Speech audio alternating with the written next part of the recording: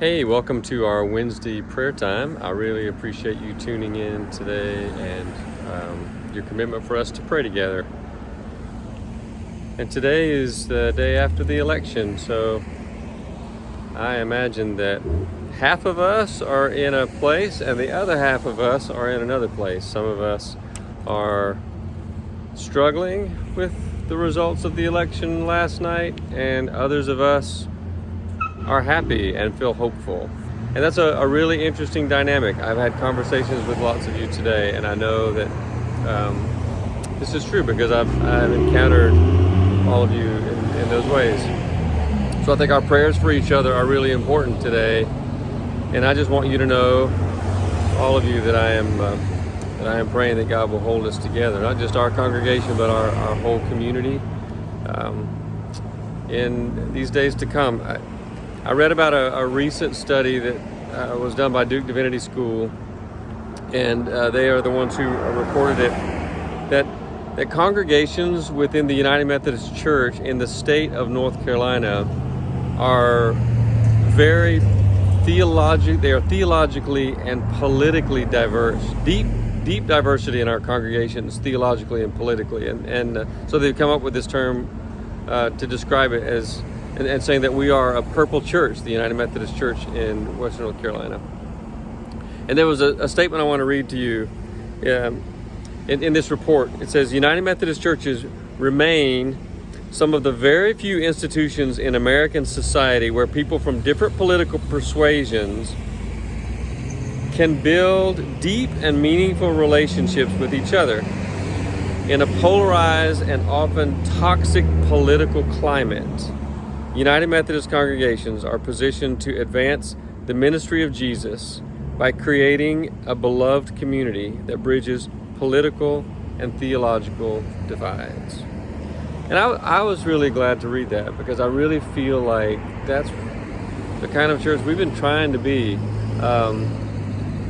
all these years, that there's a space for all of us in our pews, in our ministries, here in our town of Waynesville. This is our community, and they need us to be able to model what it's like to radically disagree, and yet still be able to be the people of God. And so I think that our church needs to stay focused on its mission, that we are the living body of Christ, and I think primarily that we just stay in the business of seeing people.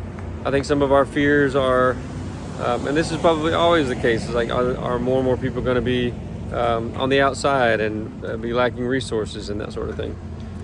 So anyway, I want us to go over our prayer list.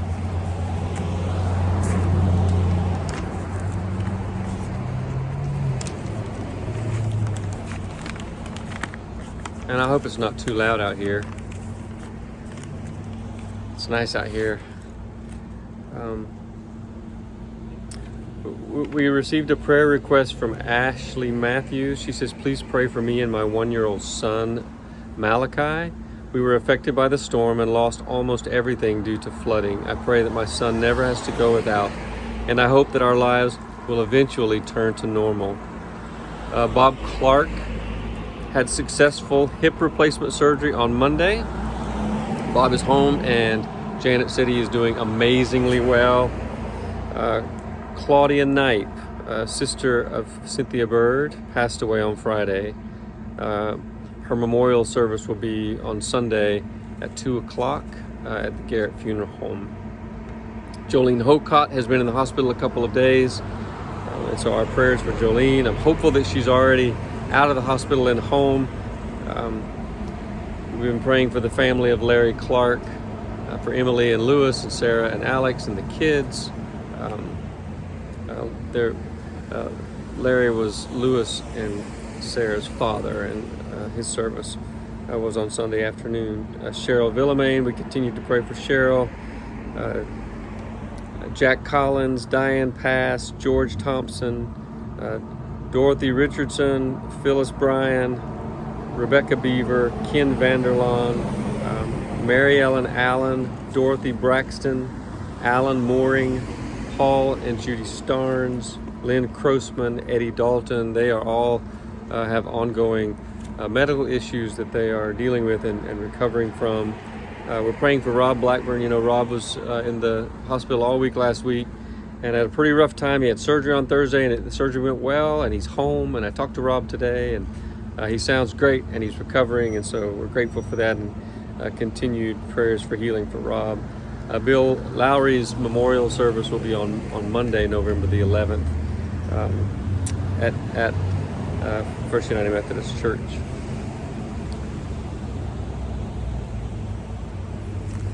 So we have our list of those who are receiving cancer treatments: Tom Massey, Brenda Griswold, Nancy Ray, Ann Dismute,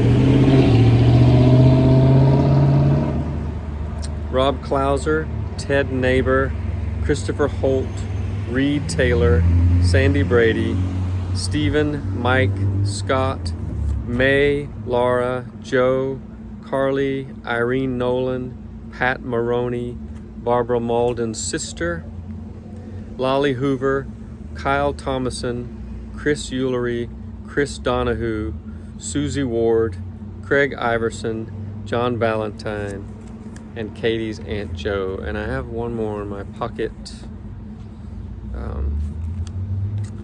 Beverly Bard shared with me today.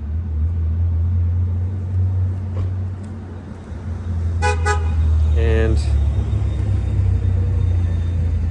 can't find it, but I know the gist of it is that just folks in the Burnsville area, members of Higgins Memorial United Methodist Church, a dear member passed away because of the storm, and there's just several prayers for that community,